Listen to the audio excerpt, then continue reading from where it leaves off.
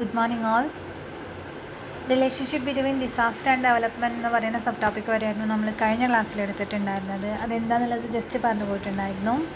So disasters and developments R closely linked. അപ്പോൾ ഒരു ഡിസാസ്റ്ററും അതിനെ കണക്ട് ചെയ്തിട്ടുള്ള ഡെവലപ്മെൻറ്റ്സ് അല്ലെങ്കിൽ ഡെവലപ്മെൻറ്റിന് ശേഷം വരുന്ന ഡിസാസ്റ്റേഴ്സ്, അങ്ങനെ പരസ്പരം disasters and developments R closely linked എന്നാണ് പറയുന്നത്.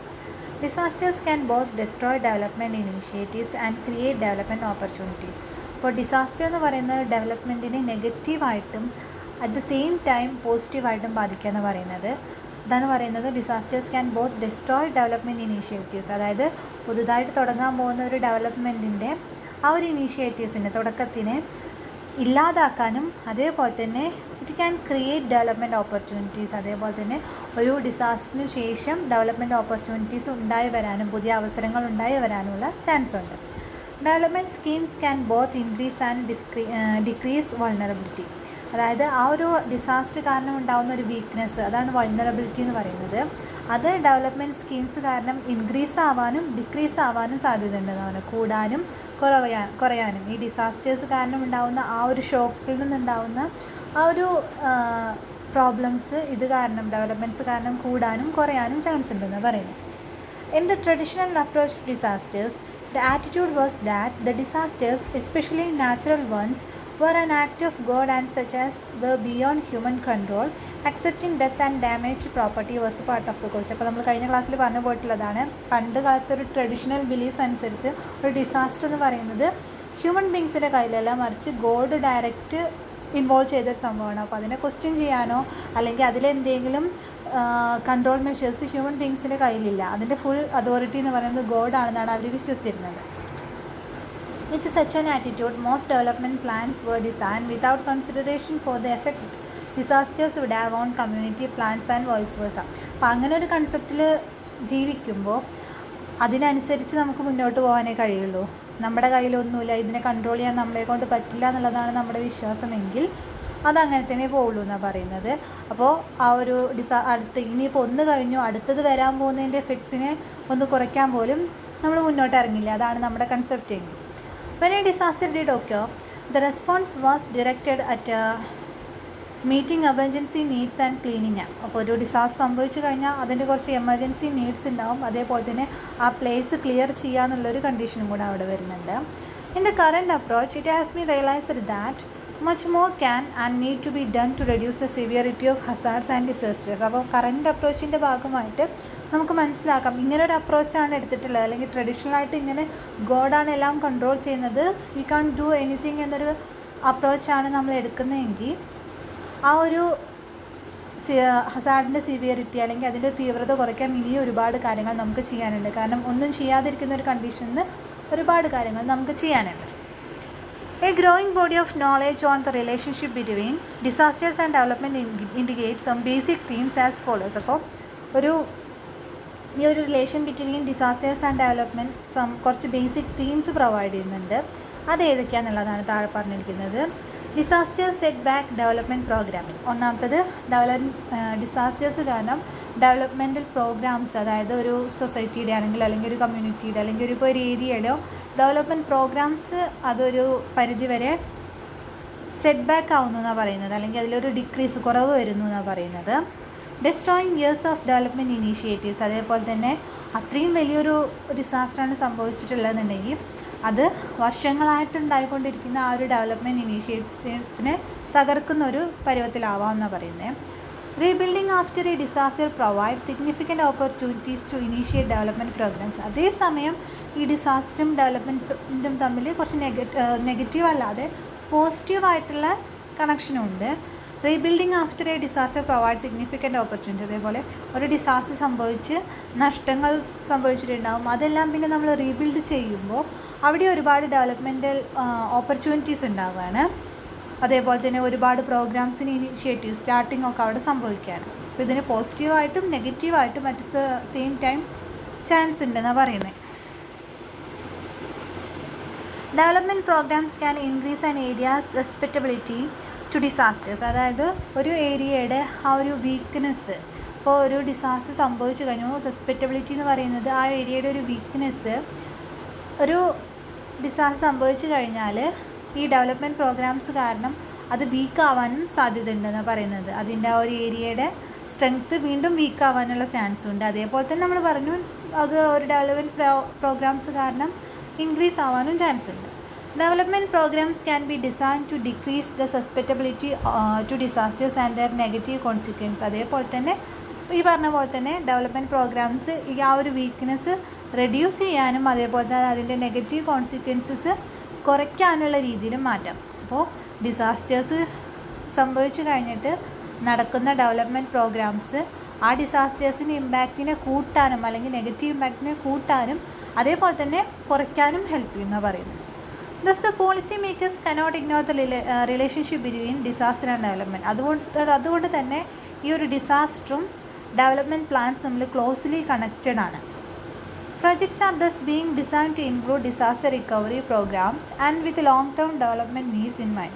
അപ്പോൾ ഒരു ഡിസാസ്റ്റർ സംഭവിച്ചു കഴിഞ്ഞാൽ അല്ലെങ്കിൽ അത്രയും വലിയൊരു ദുരന്തം സംഭവിച്ചു കഴിഞ്ഞാൽ പിന്നീട് ആ ഒരു ഏരിയയിൽ കൊണ്ടുവരുന്ന പ്രൊജക്ട്സ് എല്ലാം ഡിസൈൻ ചെയ്തിട്ടുണ്ടാവുക ഡിസാസ്റ്റർ റിക്കവറി പ്രോഗ്രാംസ് എന്നുള്ളൊരു ഒരു എയിം വെച്ചിട്ടായിരിക്കും. ഡിസാസ്റ്റർ റിക്കവറി, ആ ഡിസാസ്റ്ററിൽ നിന്ന് എങ്ങനെ റിക്കവർ ചെയ്യാം, സാമ്പത്തികമായിട്ടും ഹെൽത്ത് ഇഷ്യൂസ് ഉണ്ടെങ്കിലും അങ്ങനെ എല്ലാ കാര്യങ്ങളിലും എങ്ങനെ റിക്കവർ ചെയ്യാന്നുള്ളതായിരിക്കും ബാക്കി വരുന്ന പ്രൊജക്ട്സിൻ്റെയൊക്കെ മെയിൻ ഇൻറ്റൻഷൻ എന്ന് പറയുന്നത്. With long term development needs in mind. അതേപോലെ തന്നെ അപ്പോഴും അതിൽ നിന്ന് എങ്ങനെ റിക്കവർ ചെയ്യാന്നുള്ളത് മാത്രമായിരിക്കില്ല, എങ്ങനെ മുന്നോട്ട് പോകാം അല്ലെങ്കിൽ കുറച്ചുകൂടെ മെച്ചപ്പെട്ട രീതിയിൽ ഡെവലപ്മെൻറ്റ് അതുവരെ നടത്തിപ്പോന്നിരിക്കുന്ന ഡെവലപ്മെൻറ്റ് പ്ലാൻസ് എങ്ങനെ മുന്നോട്ട് കൊണ്ടുപോകാമെന്നുള്ളതും കൂടി ആയിരിക്കും. Disasters can significantly reduce the effectiveness of development resource allocation. അതേപോലെ തന്നെ ഡിസാസ്റ്റേഴ്സ് കാരണം ആ ഒരു ഡെവലപ്മെൻറ്റ് റിസോഴ്സുകൾ നമ്മളിപ്പോൾ ഒരു ഡെവലപ്മെൻറ്റ് കൊണ്ടുവന്നിരിക്കുന്ന ഡെവലപ്മെൻറ്റിൻ്റെ ഭാഗമായിട്ട് അല്ലെങ്കിൽ ഒരു പുരോഗതിയുടെ ഭാഗമായിട്ട് കൊണ്ടുവന്നിരിക്കുന്ന റിസോഴ്സിൻ്റെ ഡിസ്ട്രിബ്യൂഷനെ വരെ ഈ പറയുന്ന ഡിസാസ്റ്റർ ബാധിക്കാമെന്നാണ് പറയുന്നത്. അല്ലെങ്കിൽ ആ ഒരു ഇനീഷ്യേറ്റീവ്സിന് ഒരു സ്റ്റോപ്പിംഗ് ആയിട്ട് അല്ലെങ്കിൽ അതിൻ്റെ ഒരു തടസ്സമായിട്ട് ഇത് മാറാമെന്ന് പറയുന്നത്, ഡിസാസ്റ്റേഴ്സ് മാറാം. അപ്പോൾ ഇത്രയാണ് റിലേഷൻഷിപ്പ് ബിറ്റ്വീൻ ഡിസാസ്റ്റർ ആൻഡ് ഡെവലപ്മെൻറ്റിൽ നമുക്ക് പറയാനുള്ളത്.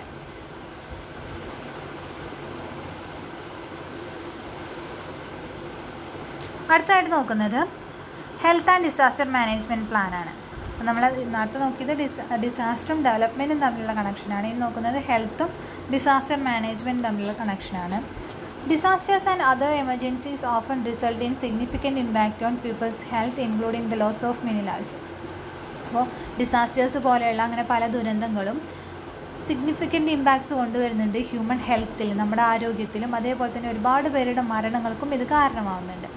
Every new threat reveals the challenges for managing health risks and effects of emergencies and disasters. അപ്പോൾ ഓരോ പുതിയ ത്രെഡ്സ് വരുമ്പോഴും അല്ലെങ്കിൽ പുതിയ അപകടങ്ങൾ വരുമ്പോഴും അത് ഏറ്റവും കൂടുതൽ ഇപ്പോൾ ആ ഒരു കണ്ടീഷനിലാണെങ്കിൽ പോലും അല്ലെങ്കിൽ ആ ഒരു സമയത്താണെങ്കിൽ പോലും അതിന് ശേഷമാണെങ്കിൽ പോലും ഹ്യൂമൻ ഹെൽത്തിനെ ബാധിക്കുന്ന ഒരു അവസ്ഥ വരുന്നുണ്ട്. ഇപ്പോൾ നമ്മളിപ്പോൾ പ്രസൻറ്റ് സിറ്റുവേഷനിൽ ഇപ്പോൾ നമ്മൾ ഫേസ് ചെയ്തുകൊണ്ടിരിക്കുന്ന ഈ COVID-19 എന്ന് പറയുന്ന ആ ഒരു സംഭവം, അത് ഇപ്പോൾ പഠനങ്ങൾ പറയുന്നുണ്ട് അത് മാറിക്കഴിഞ്ഞാലും അതിൻ്റെ ആഫ്റ്റർ എഫക്ട്സ് കാണുന്നുണ്ട്.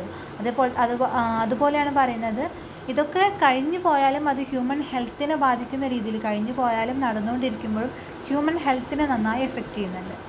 Deaths, injuries, diseases, disabilities, psychological problems and other health impacts can be avoided or reduced by disaster risk management measures involving health and other sectors. അപ്പോൾ ഈ ഒരു ഹെൽത്ത് ആൻഡ് ഡിസാസ്റ്റർ മാനേജ്മെൻറ്റ് പ്ലാനിലൂടെ പറയുന്നത് ഇതൊക്കെ ഒരു maximum അല്ലെങ്കിൽ ഒരു പരിധി വരെ എങ്ങനെ റെഡ്യൂസ് ചെയ്യുക എന്നുള്ളതാണ്. With the help of disaster risk management measures, അല്ലെങ്കിൽ ആ ഒരു റിസ്ക് എങ്ങനെ മാനേജ് ചെയ്യണം. നമ്മൾ ഈ ഒരു മൊഡ്യൂളിൻ്റെ ഫസ്റ്റ് ഭാഗങ്ങളിൽ പറഞ്ഞിട്ടുണ്ടായിരുന്നു റിസ്ക് എന്താണ്, റിസ്ക് മാനേജ്മെൻറ്റ് എന്താണെന്നൊക്കെ.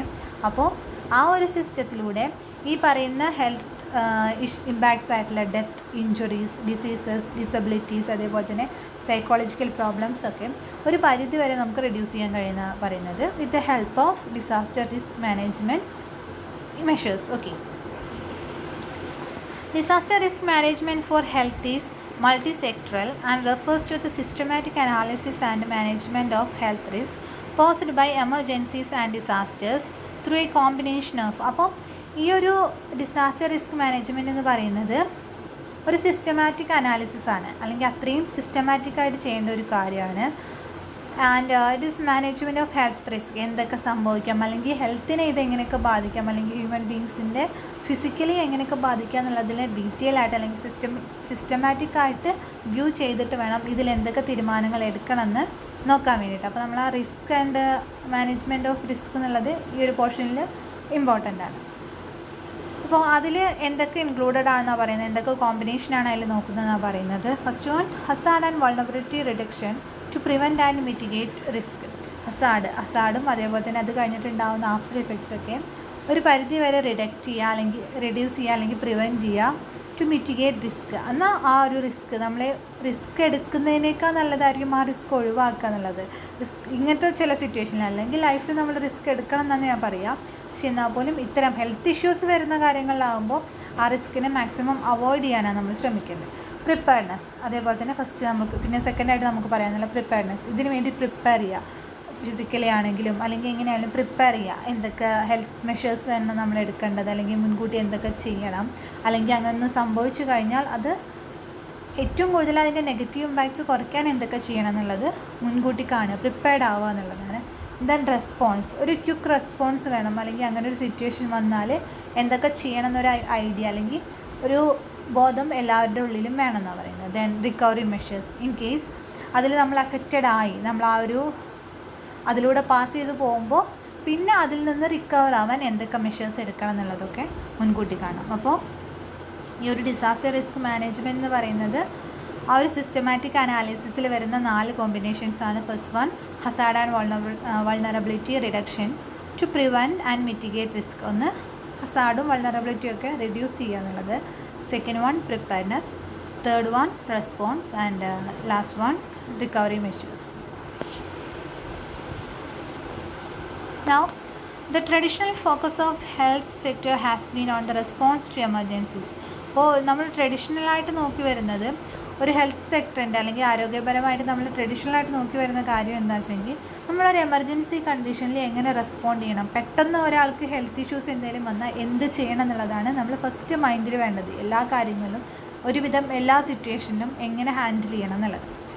The ongoing challenge is to broaden the focus of disaster risk management for health from that of response and recovery to a more proactive approach which emphasizes prevention and mitigation. അപ്പോൾ ഈ response and recovery സംഭവിച്ചു കഴിഞ്ഞിട്ട് അതിനെതിരെ എങ്ങനെ respond ചെയ്യാം, അല്ലെങ്കിൽ അതിൽ നിന്ന് എങ്ങനെ റിക്കവർ ചെയ്യാം എന്നതിലുപരി വരാൻ പോകുന്നത് എങ്ങനെ പ്രിവെൻറ്റ് ചെയ്യാം, അല്ലെങ്കിൽ മിറ്റിഗേറ്റ് ചെയ്യാം, ശമിപ്പിക്കാം എന്നുള്ളതാണ്. അതിനൊരു പരിധി വരെ എങ്ങനെ പ്രിവെൻറ്റ് ചെയ്യാം, തടയാം, അല്ലെങ്കിൽ അതിൻ്റെ ആ ഒരു തീവ്രതയെ എങ്ങനെ സ്റ്റോപ്പ് ചെയ്യുക എന്നുള്ളതാണ് നോക്കുന്നത്. വന്ന് റിക്കവർ ചെയ്യാൻ നോക്കുന്നതിനേക്കാൾ കുറച്ചുകൂടെ ഈസി ആയിട്ട് പറ്റുക അത് വരാതിരിക്കുന്നതായിരിക്കും.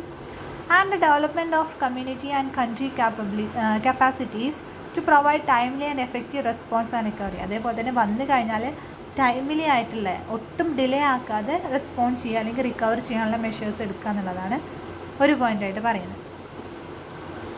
Resilient health systems based on primary health care at community level can reduce underlying vulnerability, protect health facilities and services, and scale up the response to meet the wide-ranging health needs in disasters. Okay, അപ്പോൾ resilient health systems എന്ന് പറയുന്നത് ഒരു particular കണ്ടീഷനെ ഉൾക്കൊള്ളാൻ കഴിയുന്ന അല്ലെങ്കിൽ മാറ്റങ്ങളെ ഉൾക്കൊള്ളാൻ കഴിയുന്ന ഹെൽത്ത് സിസ്റ്റംസ് വരുവാണെങ്കിൽ and based on primary health care അല്ലെങ്കിൽ ഒരു കമ്മ്യൂണിറ്റി ബേസിൽ നിന്ന് ഏറ്റവും അടിത്തട്ടിൽ നിന്ന് അങ്ങനത്തെ ഹെൽത്ത് കെയർ സിസ്റ്റംസ് കൊണ്ടുവരികയാണെങ്കിൽ ഒരു പരിധി വരെ ഈ പറയുന്ന വീക്ക്നെസ് അല്ലെങ്കിൽ ഡിസാസ്റ്റേഴ്സ് കാരണം സംഭവിക്കുന്ന പ്രോബ്ലംസ് ഒരു പരിധി വരെ നമുക്ക് ആ ഒരു ലെവലിൽ തന്നെ ട്രീറ്റ് ചെയ്യാൻ കഴിയുമെന്നാണ് പറയുന്നത്.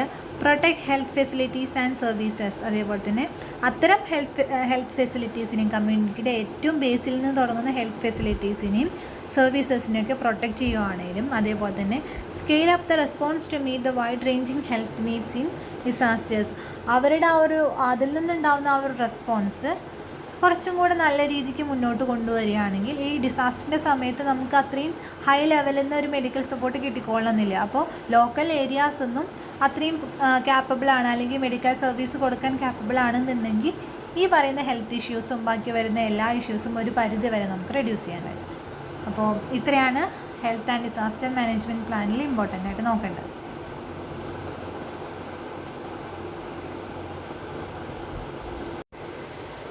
ഓക്കെ, അത് കഴിഞ്ഞിട്ട് നെക്സ്റ്റ് വരുന്നൊരു ടോപ്പിക്കാണ് use of information technology in disaster management. അടുത്തൊരു സബ് ടോപ്പിക്കാണ്. അതിൽ മെയിനായിട്ട് രണ്ടെണ്ണമാണ് നോക്കാനുള്ളത്, GIS ആൻഡ് GPS. GIS എന്ന് പറയുന്നത് ജിയോഗ്രഫിക്കൽ ഇൻഫർമേഷൻ സിസ്റ്റമാണ്. GPS എന്ന് പറയുന്നത് ഗ്ലോബൽ പൊസിഷനിങ് സിസ്റ്റമാണ്. ഈ രണ്ടെണ്ണമാണ് ഈ ഒരു സബ് ഹെഡിങ്ങിൽ വരുന്നത്, use of information technology in disaster management, GIS and GPS. GIS എന്ന് പറയുന്നത് ജിയോഗ്രഫിക് ഇൻഫർമേഷൻ സിസ്റ്റം, GPS എന്ന് പറയുന്നത് global positioning system.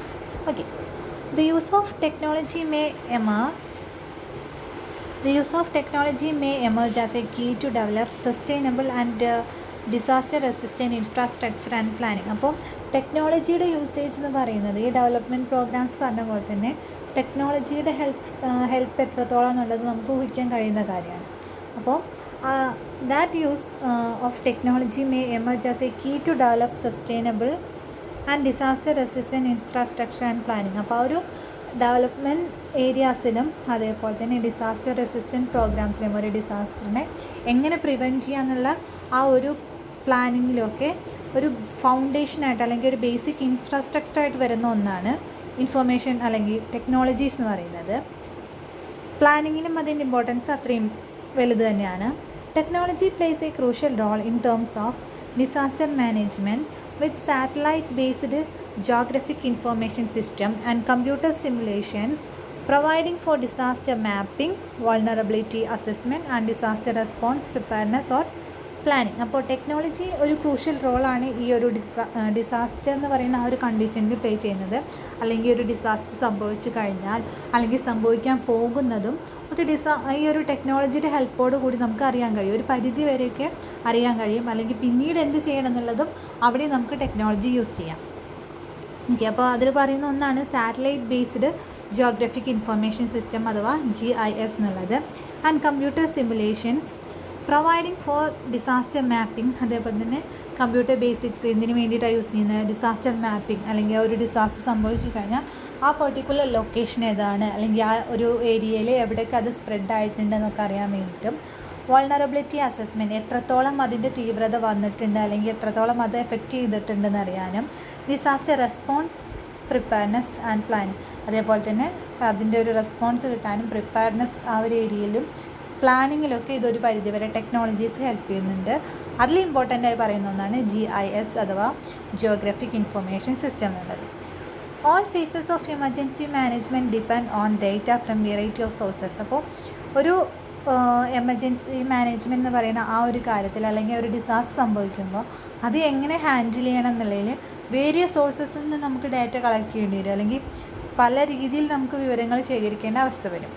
The appropriate data has to be gathered. അതേപോലെ തന്നെ ഏറ്റവും ബെസ്റ്റായി കിട്ടിയിരിക്കുന്ന ഡാറ്റ എന്ത് ചെയ്യണം, കളക്ട് ചെയ്യണം, ഗ്യാതർ ചെയ്യണം, ഒരുമിച്ച് കൊണ്ടുവരണം, ഓർഗനൈസ് ചെയ്യണം.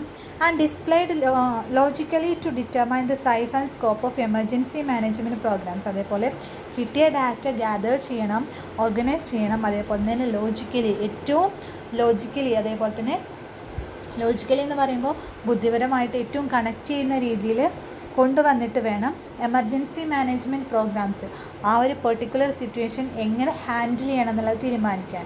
അല്ലാതെ പെട്ടെന്ന് ഓടിച്ചെന്നിട്ട് ഒരു ഡിസാസ്റ്റർ അല്ലെങ്കിൽ അത്രയും വലിയൊരു ദുരന്തം സംഭവിച്ചെടുത്ത് പെട്ടെന്ന് ഓടിച്ചെന്നിട്ട് നമുക്കൊന്നും ചെയ്യാൻ പറ്റില്ല. അപ്പോൾ അതിൻ്റെ ഇൻഫർമേഷൻസ് കളക്ട് ചെയ്യണം, അത് ഗ്യാദർ ചെയ്യണം, ഓർഗനൈസ് ചെയ്യണം, എന്നിട്ട് അത് ലോജിക്കലി ഡിസ്പ്ലേ ചെയ്യണം. എന്നാൽ മാത്രമേ എമർജൻസി മാനേജ്മെൻറ്റ് പ്രോഗ്രാംസ് വേണ്ട രീതിയിൽ എക്സിക്യൂട്ട് ചെയ്യാൻ കഴിയുള്ളൂ.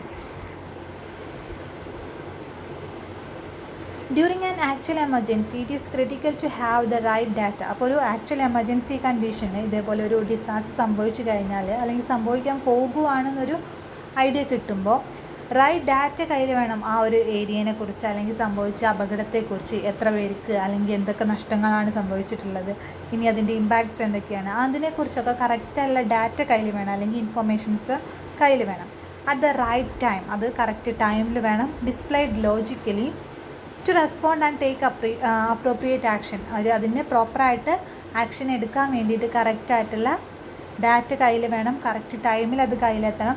ആ കിട്ടിയിരിക്കുന്ന വിവരങ്ങളെല്ലാം പ്രോപ്പറായിട്ട് കണക്റ്റഡ് ആയിരിക്കണം, ലോജിക്കലി ഡിസ്പ്ലേഡ് ആയിരിക്കണം. ദെൻ എന്നാൽ മാത്രമേ അതിനെ എങ്ങനെ റെസ്പോണ്ട് ചെയ്യണം, അതിനോട് എങ്ങനെ പ്രതികരിക്കണം, അതേപോലെ തന്നെ എന്തൊക്കെ ആക്ഷൻസ് എടുക്കണം എന്നുള്ളത് പ്രോപ്പറായിട്ട് പ്ലാൻ ചെയ്യാൻ പറ്റുള്ളൂ. Emergency can impact all or A number of government departments. ഈ പറയുന്ന എമർജൻസീസ് ഗവൺമെൻറ്റിനെ നല്ല രീതിയിൽ ബാധിക്കാം. കാരണം ഒരു ഡിസാസ്റ്റർ സംഭവിച്ചാൽ അവിടെ ഏറ്റവും കൂടുതൽ ഇൻവോൾവ് ആവുന്നത് നമ്മുടെ ഗവൺമെൻറ് സിസ്റ്റംസ് തന്നെയാണ്. Emergency personnel often need detail information. അപ്പോൾ അവർക്ക് അതിൽ പ്രോപ്പറായിട്ടുള്ള ആക്ഷൻ എടുക്കണം എന്നുണ്ടെങ്കിൽ, എന്തൊക്കെ ചെയ്യണം എന്നുള്ളൊരു ഡിസിഷൻ എടുക്കണം എന്നുണ്ടെങ്കിൽ അവർക്ക് ആവശ്യം എന്തൊക്കെയാണ്? Emergency personnel often need detail information concerning pipelines, building layouts, electrical distribution, sewer system and so forth. അപ്പോൾ ഈ പറയുന്ന കാര്യങ്ങളിലെല്ലാം ഡീറ്റെയിൽസ് അവർക്ക് കിട്ടാം. ഇപ്പോൾ ഒരു ബിൽഡിങ്ങിൽ ബേസ് ചെയ്തിട്ട് എന്തെങ്കിലും ഒരു അപകടമാണ് സംഭവിച്ചിട്ടുണ്ടെന്നുണ്ടെങ്കിൽ ഈ പറയുന്ന കാര്യങ്ങളെല്ലാം പൈപ്പ് ലൈൻസും ബിൽഡിംഗ് ലേ ഔട്ടും ഇലക്ട്രിക്കൽ ഡിസ്ട്രിബ്യൂഷനും സ്യൂർ സിസ്റ്റംസും ആ ഒരു ബിൽഡിങ്ങിനെ ബേസ് ചെയ്തിട്ട് എന്തൊക്കെ കാര്യങ്ങൾ കളക്ട് ചെയ്യേണ്ടതുണ്ടോ അതെല്ലാം അവർക്ക് കിട്ടേണ്ടിയിരിക്കുന്നു. അപ്പോൾ അവിടെയൊക്കെ നമുക്ക് യൂസ് ചെയ്യാൻ പറ്റുന്ന ഒന്നാണ് GIS അല്ലെങ്കിൽ ജിയോഗ്രഫിക് ഇൻഫർമേഷൻ സിസ്റ്റം എന്ന് പറയുന്നത്. By utilizing a GIS, all departments can share information through databases on computer gathered maps in one location. അപ്പോൾ GISലൂടെ എന്താ ചെയ്യാൻ പറ്റുന്നത് വെച്ചാൽ ഈ കിട്ടിയ ഇൻഫർമേഷൻസ് എല്ലാം ആ ഡിപ്പാർട്ട്മെൻറ്റ്സ് തമ്മിൽ ഷെയർ ചെയ്യാമെന്നുള്ളതാണ് GISലൂടെ പറയുന്നത്. ആ കിട്ടിയ ഇൻഫർമേഷൻസ് അവർക്ക് പരസ്പരം ഷെയർ ചെയ്തിട്ട് എന്തൊക്കെ എവിടേക്ക് അല്ലെങ്കിൽ എന്തൊക്കെ ആക്ഷൻ എടുക്കണം, എന്തൊക്കെ എങ്ങനെ റെസ്പോണ്ട് ചെയ്യുക എന്നുള്ളതിന് പ്രോപ്പറായിട്ട് ഒരു ഡിസിഷനിലെത്താൻ കഴിയും. Without this capability, emergency workers must gain access to a number of department managers,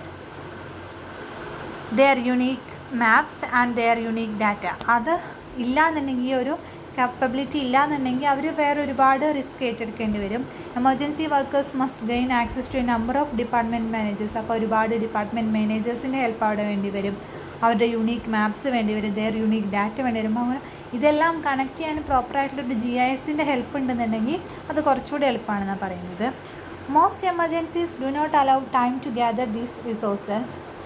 this result in emergency responders having to guess, estimate or make decisions without adequate information. അപ്പോൾ ഒരു എമർജൻസി കണ്ടീഷനിൽ നമുക്കറിയാം ഈ പറയുന്ന കിട്ടുന്നതെല്ലാം, അതേപോലെ ഇപ്പോൾ വർക്കേഴ്സിൻ്റെ പല ഡിപ്പാർട്ട്മെൻറ്റ്സിൽ നിന്ന് കിട്ടുന്ന ഇൻഫർമേഷനും മാപ്സും അവരുടെ ഡാറ്റയൊക്കെ കളക്ട് ചെയ്യുക, അത് കമ്പൈൻ ചെയ്തിട്ട് ഒരു പ്രോപ്പർ ഡിസിഷനിൽ എത്തുക എന്നൊക്കെ പറയുന്നത് ഒരുപാട് ടൈം കൺസ്യൂമിംഗ് ആണ്.